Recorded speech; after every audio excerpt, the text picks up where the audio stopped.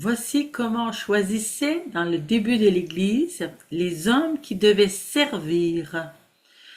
Alors, les apôtres, se voyant submergés par le travail, ont décidé de garder pour eux l'office de la parole de Dieu, de l'enseignement, et de déléguer à d'autres hommes le service des tables pour pas qu'il y ait de chicane, parce qu'il commençait à y avoir des mécontentements.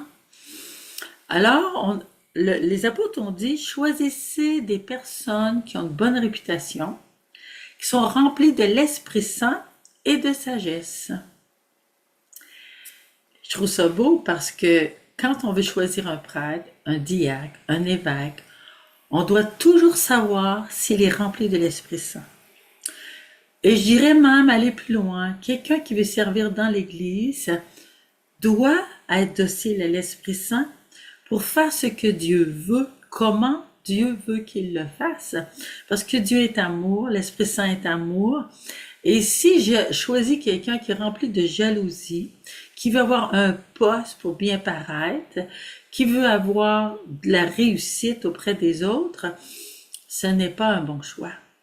Alors, regardons, est-ce que moi-même, je m'efforce de demander l'Esprit Saint pour bien servir et d'avoir de la sagesse, et l'Esprit Saint nous en donne de la sagesse.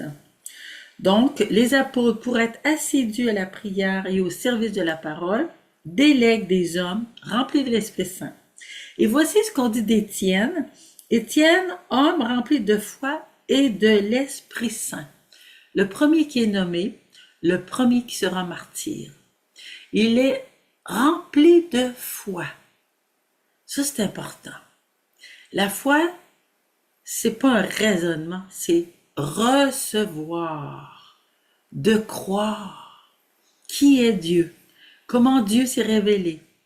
En Jésus-Christ. Comment il nous a sauvés? Et comment il veut dans l'esprit que nous nous conduisions? Que nous sommes des enfants de Dieu, le croire. Et ensuite, se laisser guider par l'Esprit Saint. Il est dit aussi dans cette parole que le nombre des disciples augmentait et une multitude de prêtres obéissaient à la foi. Alors, il y a l'obéissance de la foi dont on parle souvent dans le Nouveau Testament.